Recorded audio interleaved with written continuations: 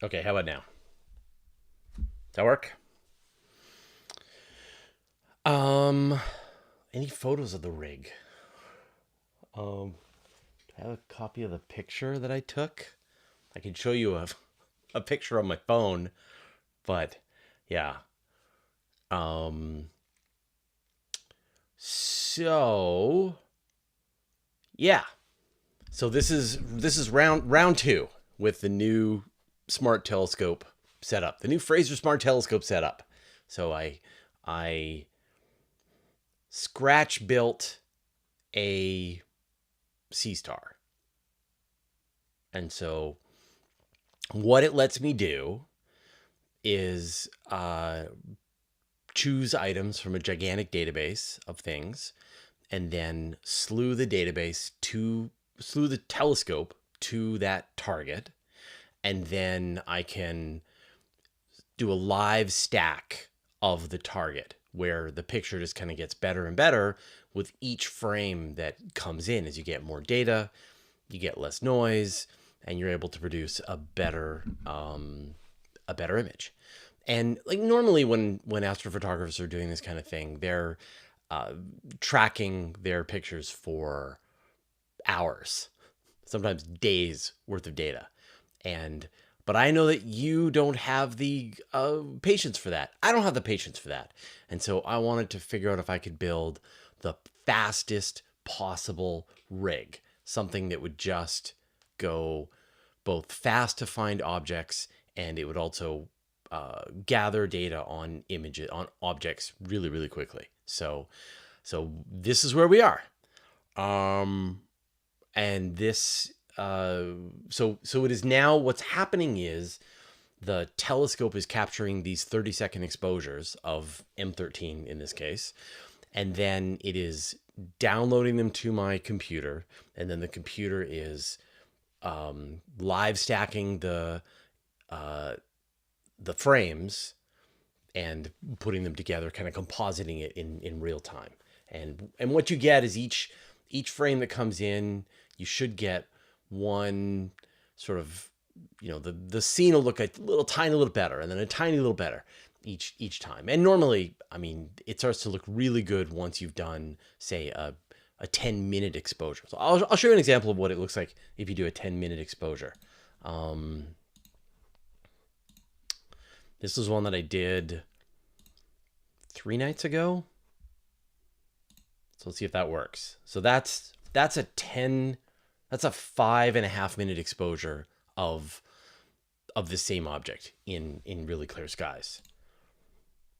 And so this sort of noisy one that we've got right now, there's a 74% moon up, and there's like light clouds in the sky where I am. So right now it's going to be mediocre until the moon goes down, and then some of the places we look at, the clouds are going to look really are going to be right in there, and other stuff it's going to be no clouds. So we're just looking for sucker holes here at this point.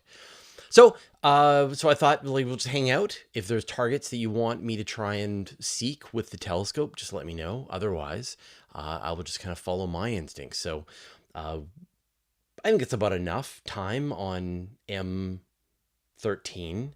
So why don't we try the Ring Nebula, which is something that I haven't even tried with this rig yet. So I'll stop the live. I'll stop integrating. We can't do the Orion Nebula. The Orion Nebula is down right now. We'll do the Ring Nebula.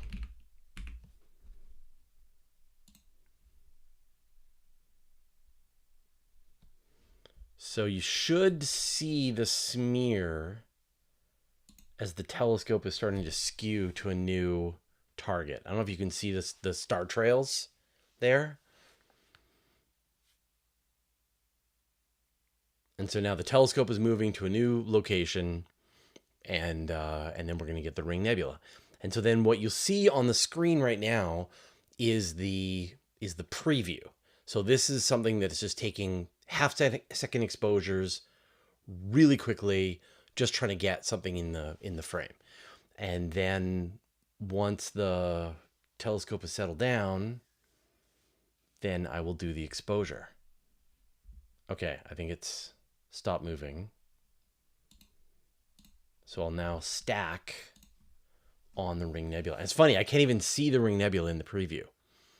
So let's see if we can get it to show up in the live stack.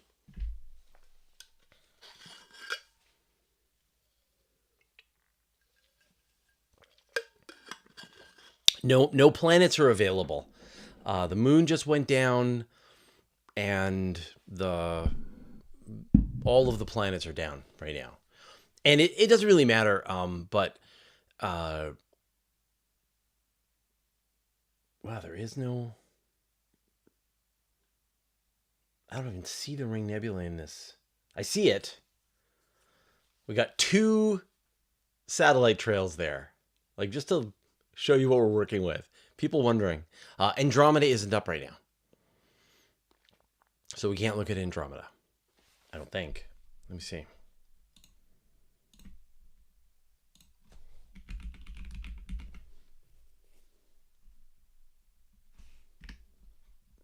Andromeda is 13 degrees above the horizon. And my horizon starts at about 20 degrees. Where is it? It's kind of in the north. So maybe in an hour or something, we might be able to get it, but we'll see.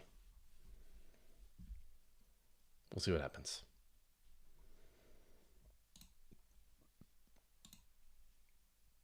Yeah, I can't even see the ring in this picture. All right, we'll try a different nebula then. It's clearly not good enough seeing yet. And we got those satellites. So let's try M27. All right, let me stop the Ring Nebula.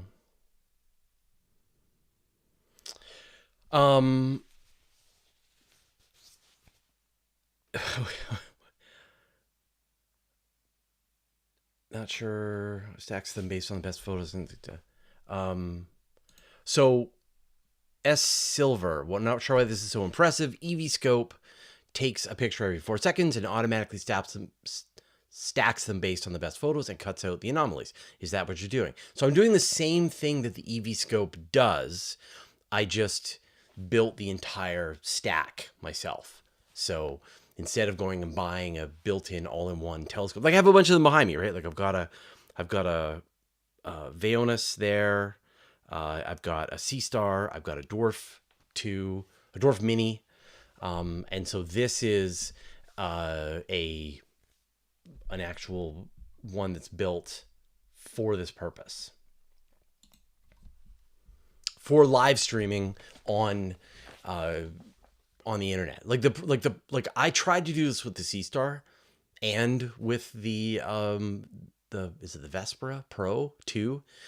And the problem is just that you're locked into their software. So you just can't like I'm able to output directly to OBS, to the streaming service that I'm using, so that you can actually see this stuff.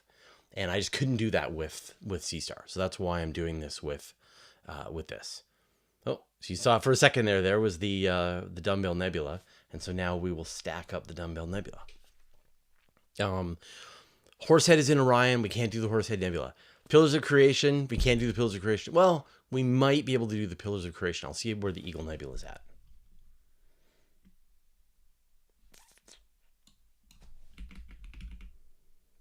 Eagle Nebula is low, but it's getting a little higher. So hopefully in another, I don't know, half hour, we might be able to get the Eagle Nebula. Yeah, so outside, like just on my front yard, I've got a telescope sitting outside that is with a, well, I've listed all the parts there so you can see what I'm using.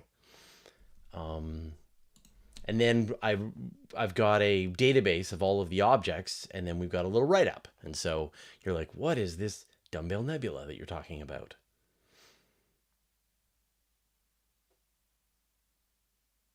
I wonder why it's so bad, though.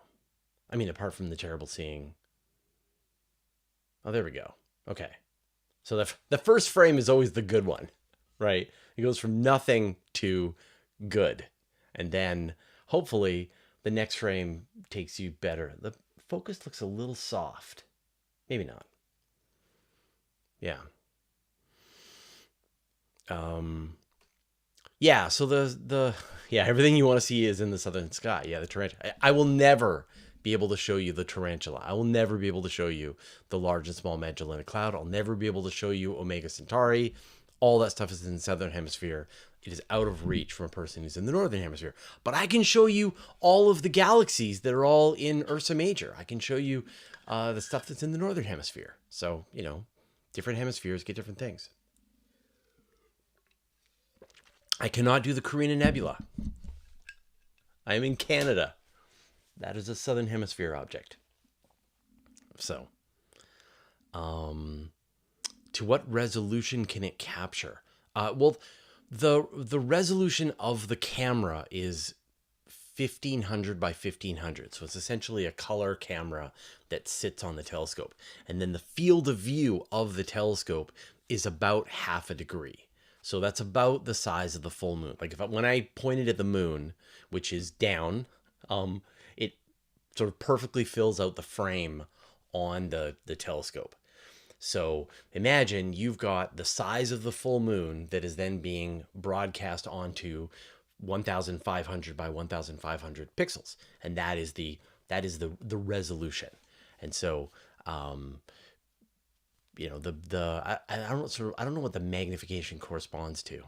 It's a very wide angle astronomy setup. It's a very wide angle telescope.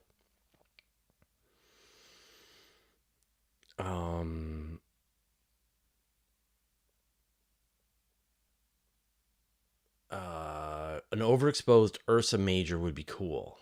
Well, no. So I'll show you. So we got some blur there. So I guess. Oh yeah. So it's rejected a frame.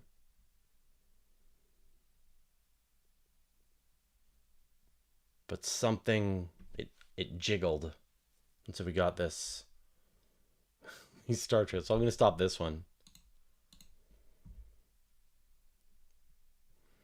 And then the other thing that's kind of cool is I'll give you the directory for all of the photos that we take tonight. So you can just download them. All the data are there, so you can do whatever you want with the data. Let me see. Okay, so this should be. No, that's not it.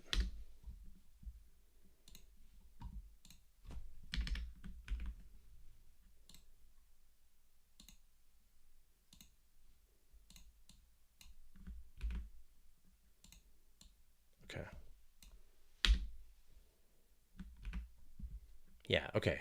So this, what I'm putting into the chat, that is the data. So all of the pictures that we take tonight, they're all going to be there. Okay, so let's try a different object. So I'll show you what a galaxy looks like. Let's do this like the pinwheel. M101. Yeah.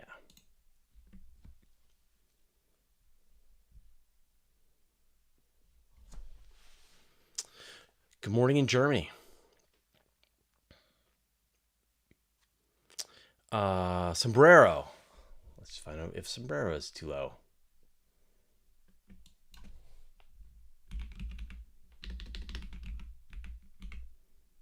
I really need to give you guys a tool to check for yourselves, so you know what stuff is above the horizon and what's below.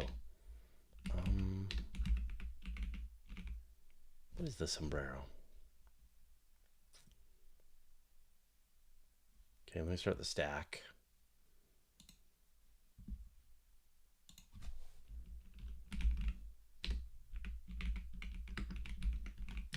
M104. Okay.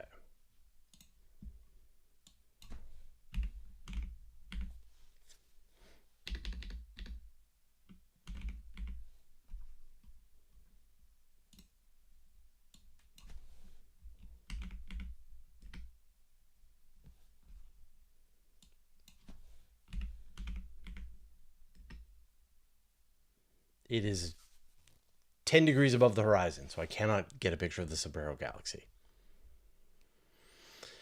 The coat hanger. Yeah, we could do the coat hanger, I think.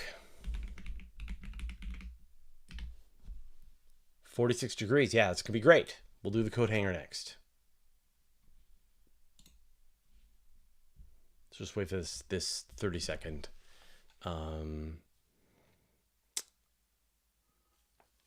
Nope. The Magellanic Clouds are not visible from here.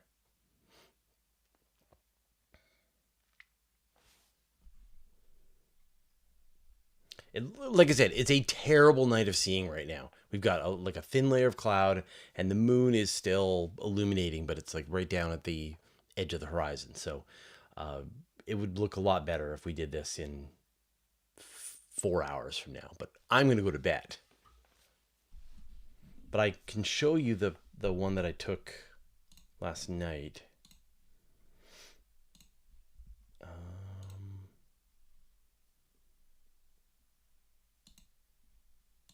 So that's what it looks like. That's M101. That's the Pinwheel Galaxy. I took that last night.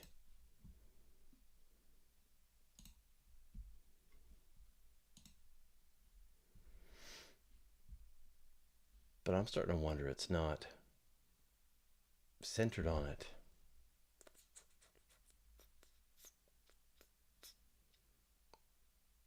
Or is it rotated differently? Weird.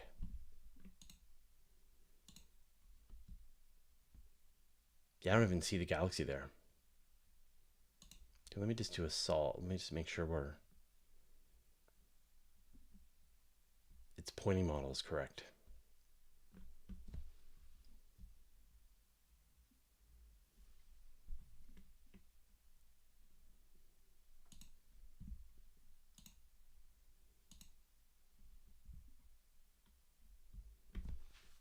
That's weird. This is a test, so I'm not going to be as entertaining as I could be.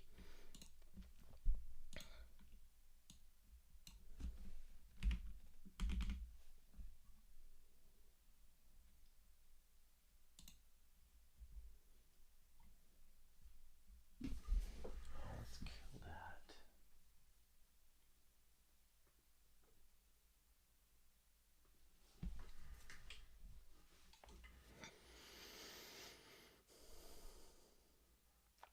Yeah, this is kind of like this is like a sea star. I mean, it's the same kind of experience, right? Except when you use a sea star, you're the one looking at it with your own eyes. Okay, there we go. So why didn't it? That's really strange. Why didn't it center it previously? Oh, 1,000 dots. What's your go-to thing you like to show people? I mean, it depends on the time of the year, right? But M13 though, I started with M13 and the and M27, the Dumbbell Nebula. So the Globular Cluster in Hercules and the Dumbbell Nebula. Andromeda is great. The Iris Nebula, the Lagoon. I mean, there's just so many. Pleiades. Yeah, there's tons and tons of good stuff.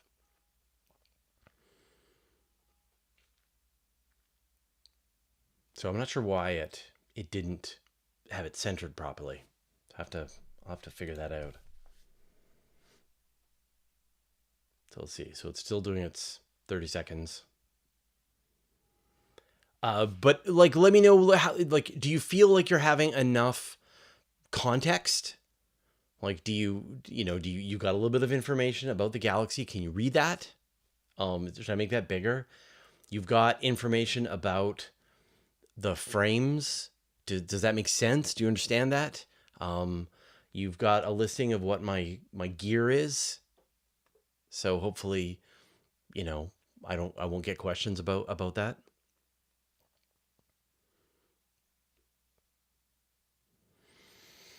Marin's Voyage. Do you think it's worth it to wait for the Seastar S50 Pro? I mean, it depends on what you want to get out of it. Like the Seastar, I have the S50, and it's a great little telescope. the S30 Pro is out, and I haven't tried it yet. I haven't demoed it yet. But the people that I've seen, like it's got like a lot of nice refinements, but it has a smaller aperture, right? 30 millimeters. The C-Star is 50. My telescope is 80. So it's a bigger telescope, right? And, oh, got to throw that frame out. That's a bad stack. I'm going to stop this.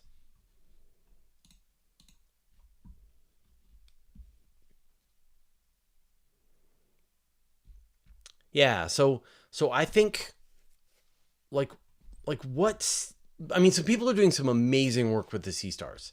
And of all of the ones that I've used, the C-Star is probably my favorite, just like quick, if you just want to take pictures of the night sky, and the thing is pointing the sky. It's quick to set up. It's pointing at the sky. You're looking at your phone, and you are seeing images of things in the night sky. It's incredible. So for that, I really like the C-Star. But I mean, it sort of only takes you so far, and you kind of have to decide how far you want to go with it. So you're saying, oh, I want to be, like you want to do like astrophotography with it, and like what do you want to get out of it, right? James Leatherwood Fraser talking to us like kid leaving the nest. Did you check this? Can you read that? Do you understand this? Yeah. So no, you are the customer, right? I am providing you a service, which is that I am providing you a live telescope stream. And I require feedback from the customer to know whether or not this is good or this is garbage. And if it's garbage, then I will fix it. So, yeah. So it's not like I want you to tell me whether or not this is good or this is bad. Give me improvements. That's why I'm saying that.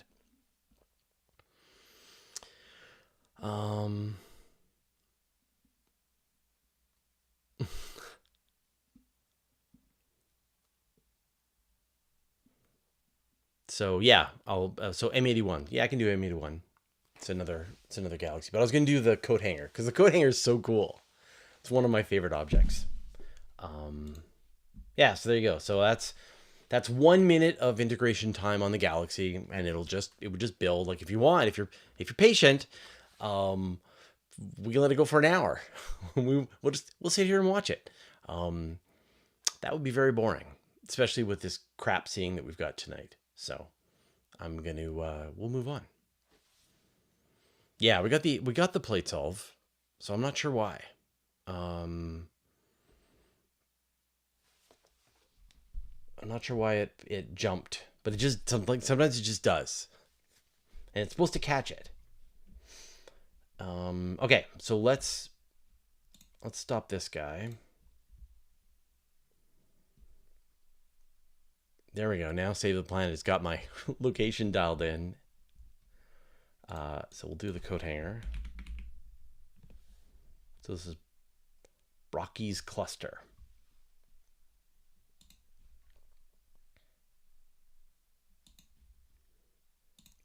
And this is cool.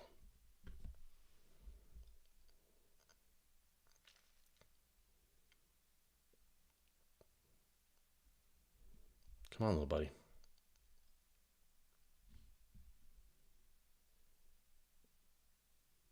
Are we slewing?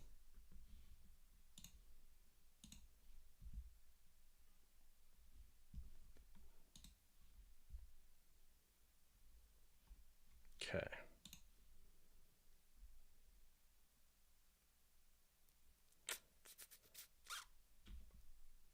So I don't know if you can see it.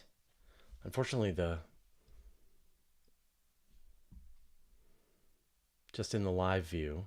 All right, so we'll do a stack.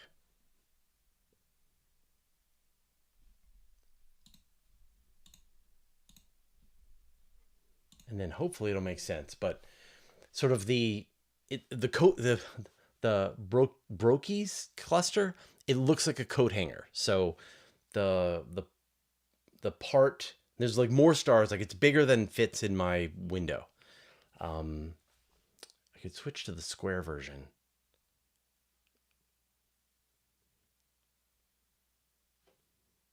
Rockies cluster. Amaze, amaze, amaze. The telescope is in my yard. Yeah, so you can't see the shape of the coat hanger. That's too bad. So it's too big for the telescope field of view to be able to properly show it. If I can switch to the square version. Let me try that.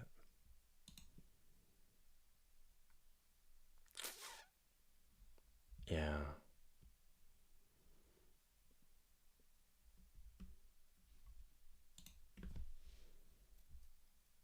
Okay, let me try and give you the square version because that I've got it widescreened. So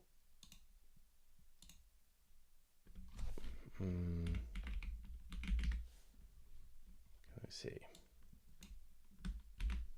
What's it supposed to be? 1500 by 1500.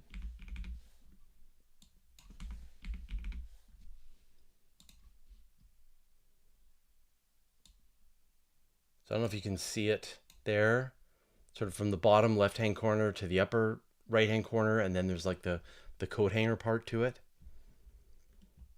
Yeah, it doesn't quite work in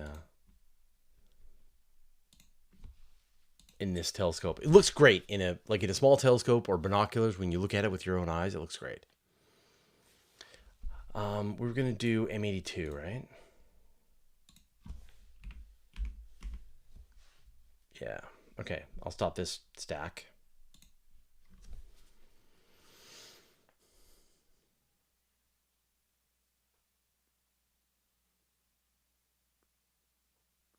Yeah, there you go. Good recommendation. So Save the Planet says use Night Sky Live and then set Vancouver Island as your location.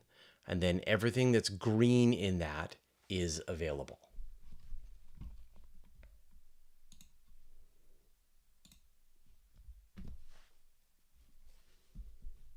Okay, so let's go to the Scar Galaxy.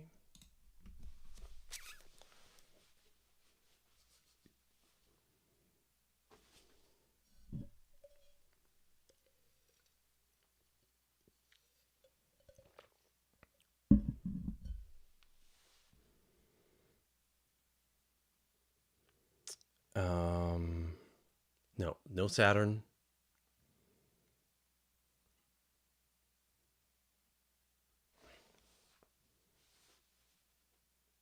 We'll let that satellite go through the field of view. So did we actually go to it? Because like M81 and M82 are in the sort of in the same field of view, if I recall.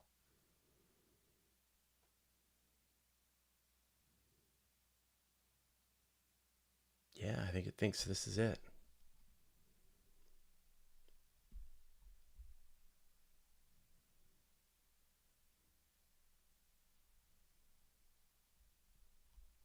Let's see. No, there are no bright comets. Oh, there we go. Okay, I see them. I think they flashed there for a second.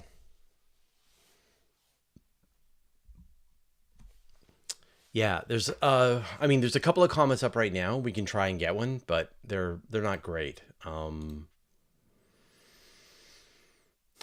is magnitude 11.4 and it's reasonably high, so we can try and get it. There's one at magnitude 11.4, one at magnitude 13.3, and one at 13.7, and one at 12.4. So we'll try them all and see if we can get a comet in the field of view.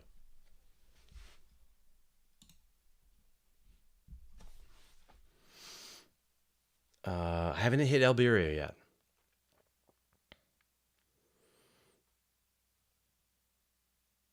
So let's try that out. Come on. See that first frame.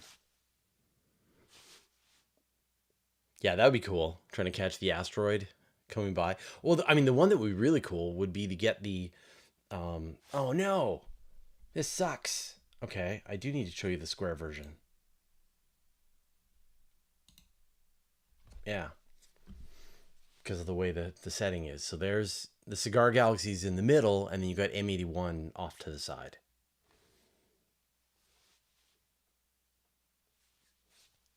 And that looks kind of weird.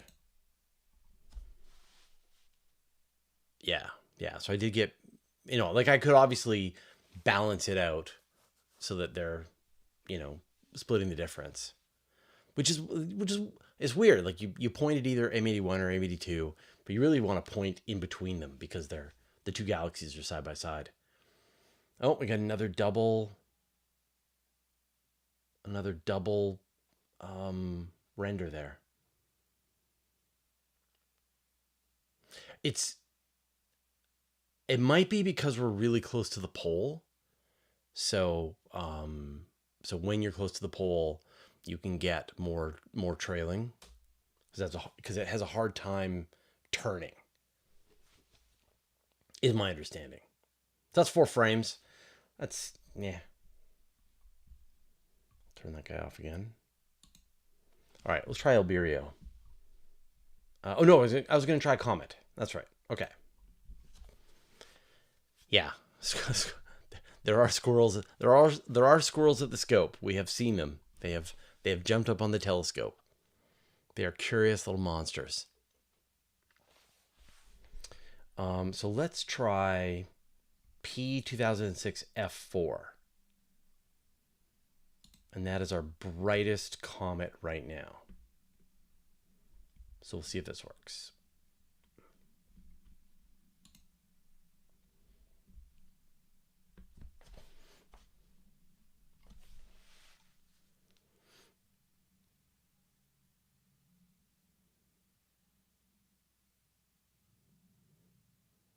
Yeah, so my polar alignment's pretty good, but it's just on my hand. Like I take the telescope outside, point it towards the North Star, and then I have a little routine that's on the system that helps me fine tune my polar alignment so that it's perfectly lined up with the North Pole. And then from there, the telescope takes over and kind of knows where everything is in the night sky. But then I also have the solving, so it's able to fine tune and know exactly where it is.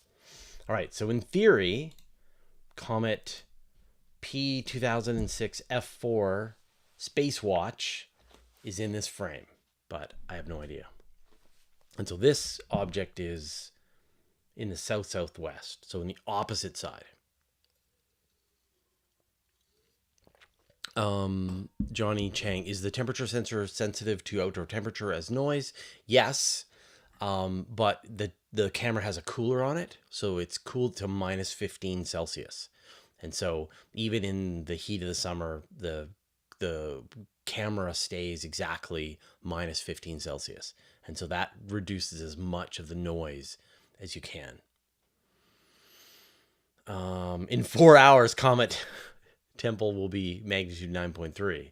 Yeah, I won't be here in 4 hours. The telescope will probably be good. So the telescope can also observe. Like I can set a schedule for all the things I want to see all night long, and it'll just do that.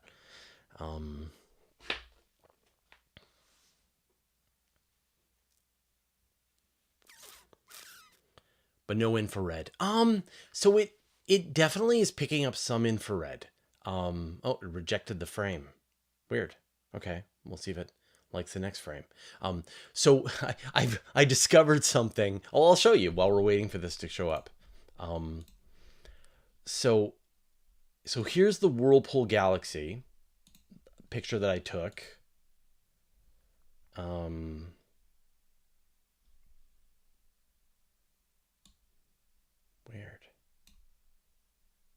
Let me delete that.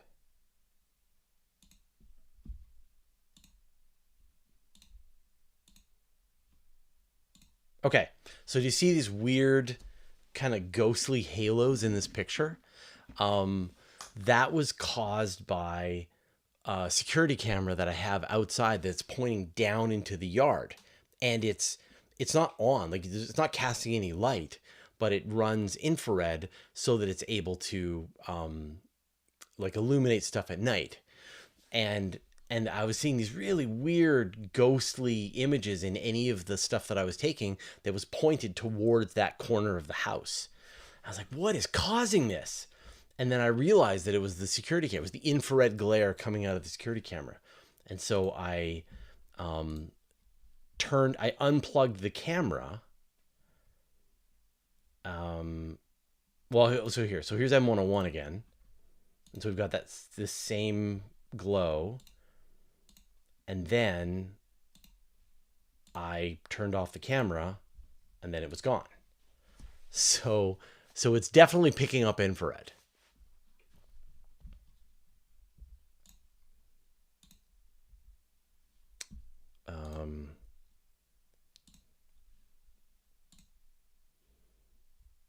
Well, in theory, there should be a comet in there. It's rejected 3 frames though.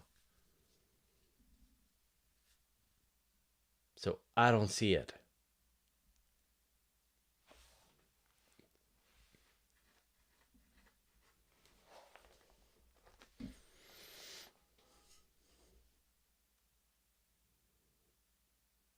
So I'm going to assume that we are not getting that comet.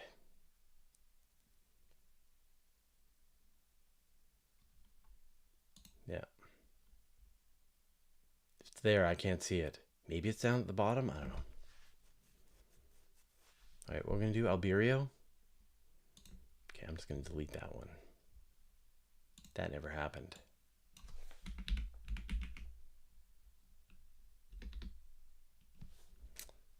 Yeah, we can do Alberio. I like Alberio.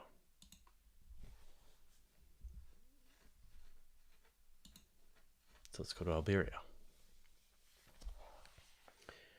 A magnitude 3.4 star in the constellation Cygnus. Yeah, some of the write-ups could use a little work.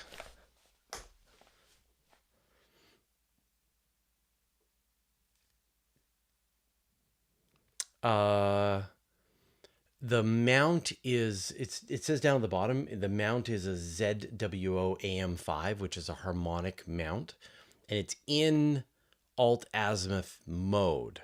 So, but the mount kind of doesn't have the same axes that a regular alt azimuth mount has. It kind of has this, it has its own setup, but it's amazing. Like, it's an amazing mount. There we go. Yeah, this is going to be good. So Alberio is a double star, and you've got one sort of yellowish reddish star and one bluish star just side by side, and it's really cool.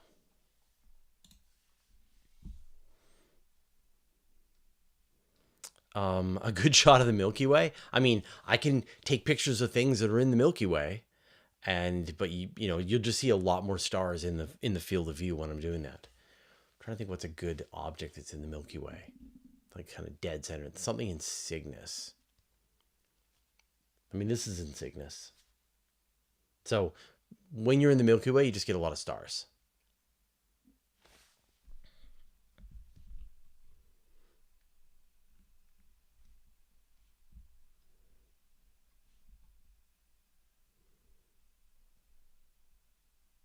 It's not stacking.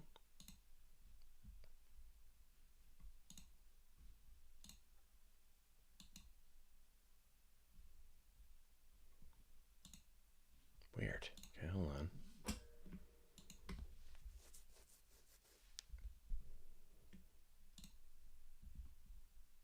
Okay, there we go.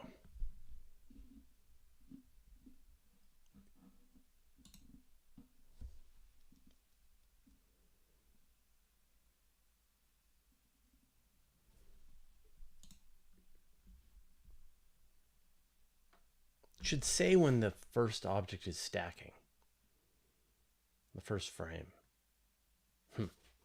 Okay. Lagoon Nebula. Let's see. It's probably too low. But that stuff is just starting to come into play. Yeah, it almost blows it out. That's too bad. Bummer. We'll see if more data makes it look better.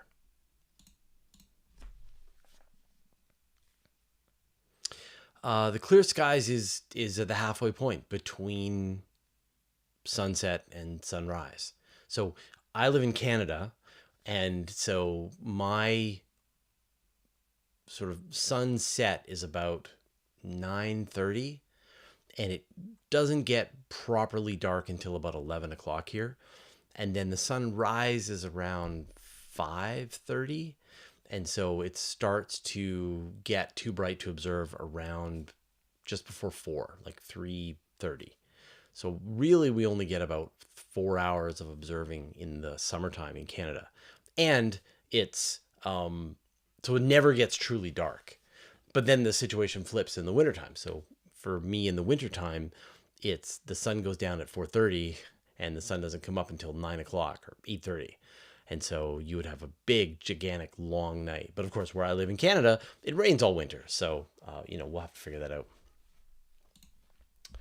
Yeah, that's too bad. The Albireo is, but this is a good example, right?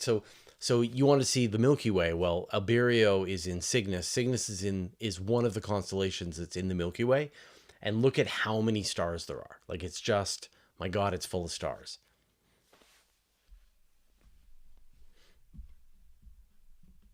Um,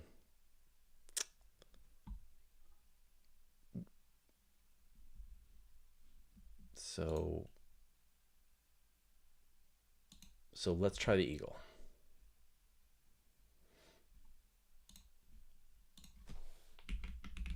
But like I said, um, I put the data, the link to the data in the YouTube chat. So if anybody wants to do any image processing on any of the images, although I wouldn't bother, they're such garbage.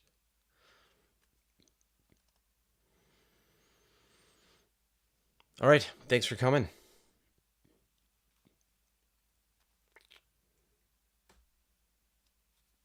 I think we'll go for another, I don't know, 10 minutes or so. And then I think I will declare this experiment successful and then go to bed. Hey, there it is. I saw it.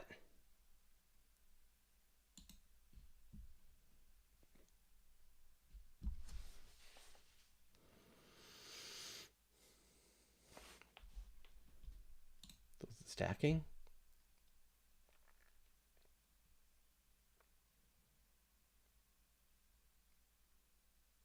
Yeah, okay.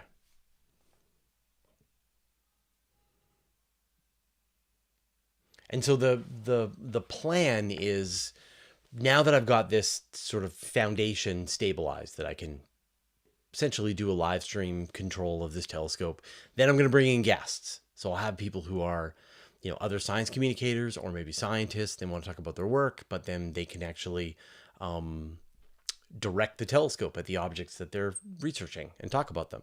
So I think it would just be fun, and I can set it up so that they can control the telescope. I think that would be really cool. Yeah, we can do the North American Nebula.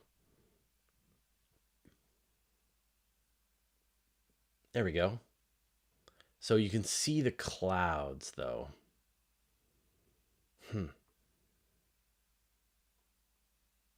So, actually, I wouldn't mind your opinion of this. Um,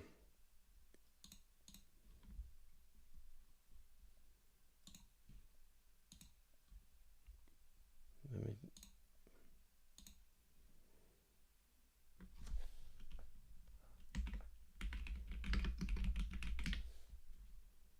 okay, I'm going to put the square version of the image in.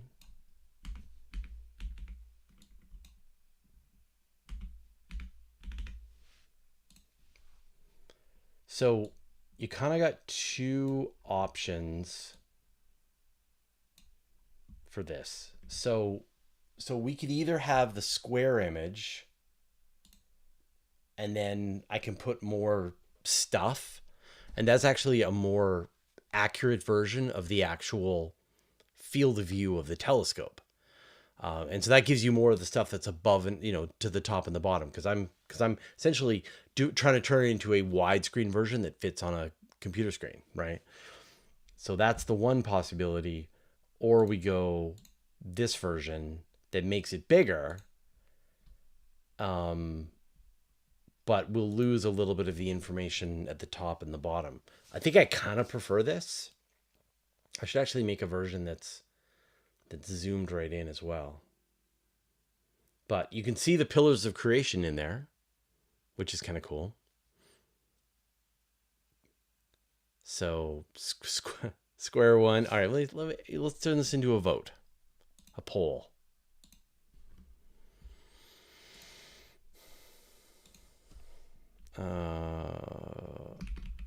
Image.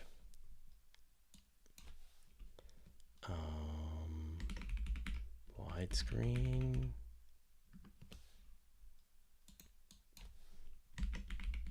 Square. Or would I call it full frame? Would that be a better full frame or square? So this is full frame. This is wide screen. And that's square. Wow. Okay. Square it is. Maybe I'll just make it a little bigger. Just so we get a little more detail.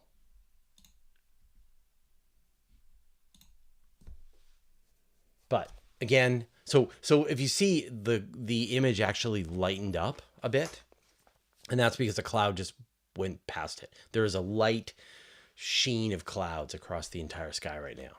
So, and this is actually the last night I'm gonna be able to do this for quite a while. We've got like at least a week, maybe even 10 days of clouds and rain. So, yeah. What else is good?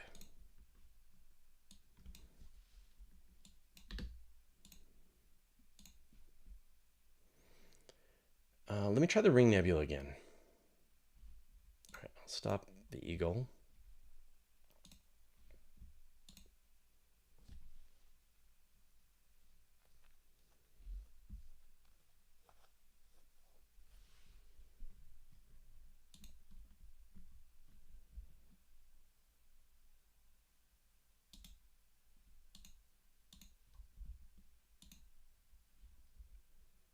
Okay, we're gonna slew to the Ring Nebula. Yeah, okay. I think then there you go. We answered it. Square it is.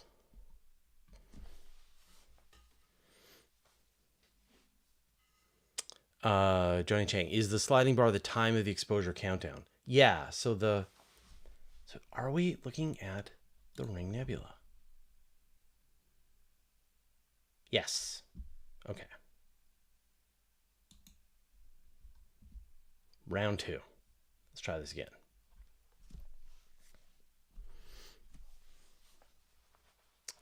Looks like we're hoarding all the planets in the southern hemisphere right now. Yeah, thanks for doing that.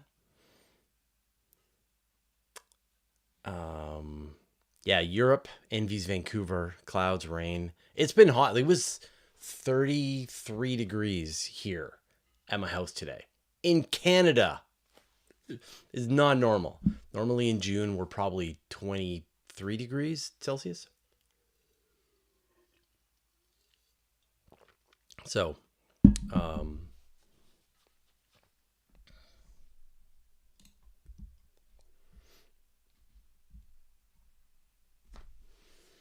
full frame, does that depend on the sensor format or a specific aspect ratio? Yeah, I mean, just the sensor on the telescope is square, and its native resolution is 1,500 pixels by 1,500 pixels.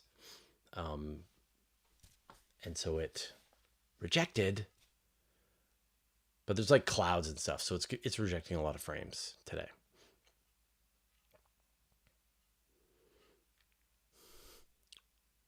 Astrology alignment. Yeah, so this is square. And so then I can put more information, right? I can show you a little image or video of the telescope moving around, or I can make myself bigger. Or I can make this bigger.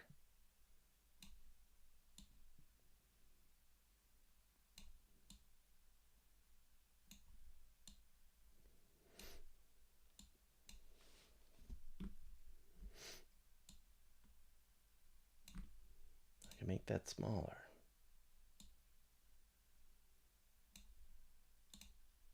So now it's all lined up.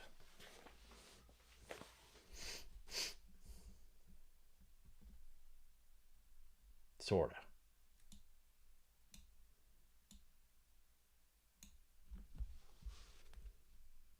It is dropping these frames. It is refusing to accept images coming in from the camera. So I've got to assume there's clouds rolling in front of the object right now. Okay. What else we got? So let's try the iris. I'm gonna try one more time. Try pull one more frame in. Nope, 4 rejected frames. All right, it just does not want to take pictures of the Ring Nebula.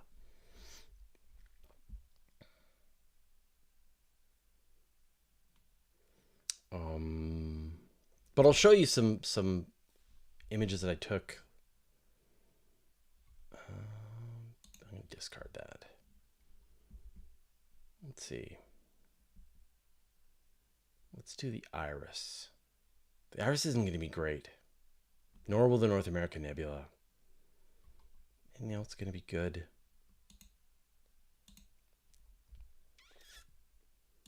Size. The Pelican, the Veil Nebula, the Cave, the Wizard. So I'll show you some pictures that I took last night. So that's the Cocoon Nebula.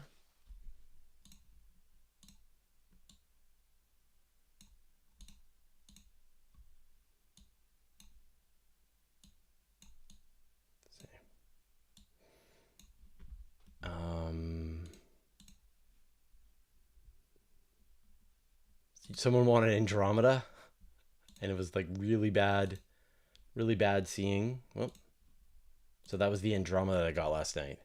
It was not good, but Andromeda can be much better.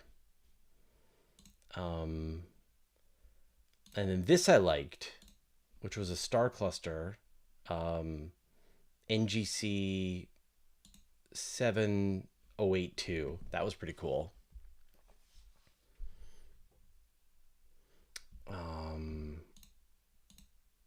And then the Eastern Veil Nebula. So if I have dark skies, this is kind of the stuff that I can do in reasonable short periods of time. So it's very cool. It's very cool. What else did I grab? The Pelican, but it wasn't great.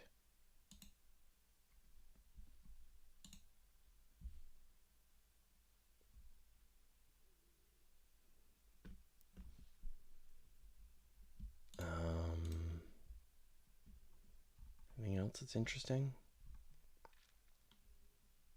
No, that's it. Cool. Do you have many trees? Yes, I have so many trees. All right, let's do one last.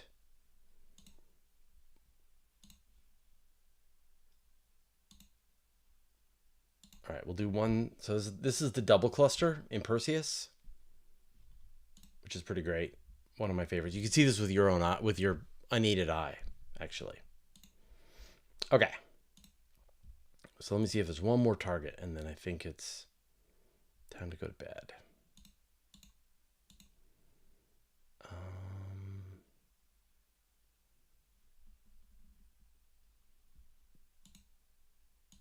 What's bright?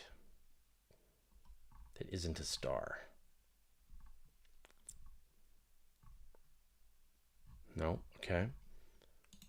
Let's do an open cluster.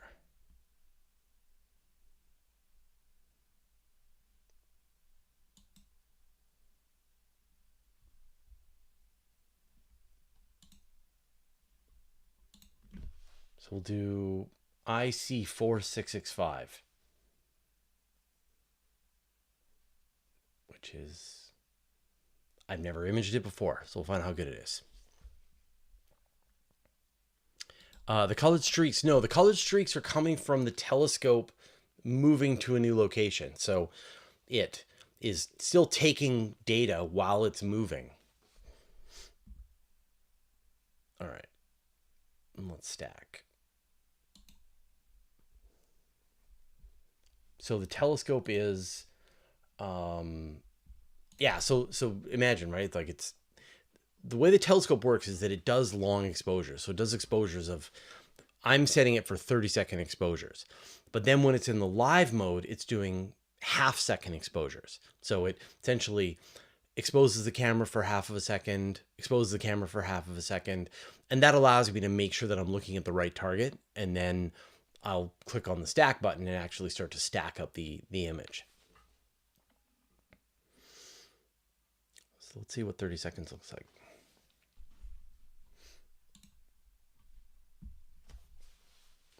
So that's an open star cluster. So that's the kind of thing that the solar system used to be part of, where there were lots of newly formed stars all together in a relatively small area, and then slowly they drifted apart around the Milky Way.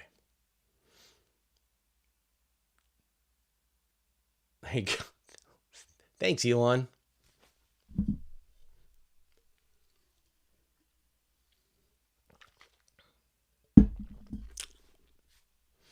But yeah, and so when the telescope is slewing from target to target, it's got the half-second exposures, and so it's still exposing while the telescope is moving, and so you get all of those streaks. That is a satellite trail.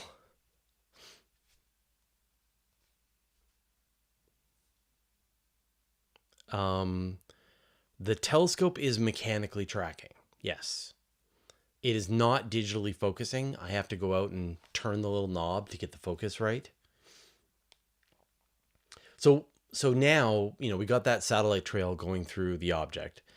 And so if I was recording like a ton of data, then that trail would fade away when you average out all of the frames that you've captured. But right now, because we only have 4 frames, the satellite trail is very bright. It is a part of the image. I'm actually, this would be great to hear your feedback. I can remove the satellite trails. So, there are mathematical algorithms that will remove the satellite trails from the pictures. And so what I think would be cool is that the satellite trail appears on the frame that it happens. So there's another one. Will we see satellite trails? Yes, we will see satellite trails. And so we got a little bit of rotation there, which is too bad. So what I could do is have the satellite trail show up on the frame that it appears, and then on the next frame remove the satellite trail. How Bad Astro is saying, when you stack in PixInsight, the satellite trails will go away. So yeah, I'm essentially doing all of the same kinds of things that PixInsight does, the way the images are stacked up and aligned, and the data is compressed, and all that kind of stuff. And that is there are known techniques for removing the satellite trails.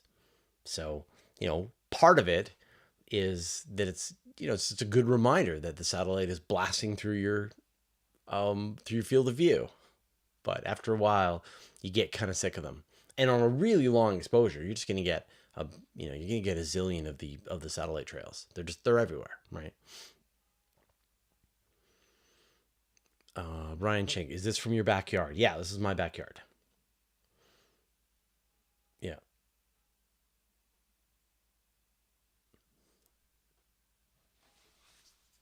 Yeah, you can.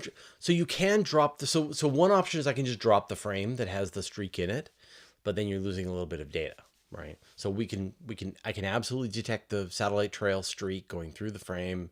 It's an anomaly against the other frames, and so I can then just dump that frame overboard, and then it'll just be gone. So I think the experience that would be really cool is you'd see the satellite trail and you'd have to suffer with it for 30 seconds, and then the frame that had the satellite trail will be thrown out, and then it'll be gone. Yeah, so I'm not 100% sure why I'm getting this little bit of of trailing. I got like one stutter, and it's supposed to stop that from happening. So I'm not sure. But anyway, I think I will stop here. And I'll give you that link to the folder again. So if you want.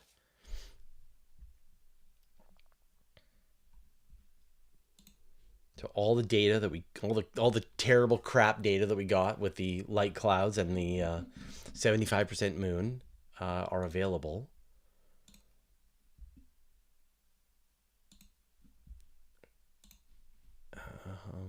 Here.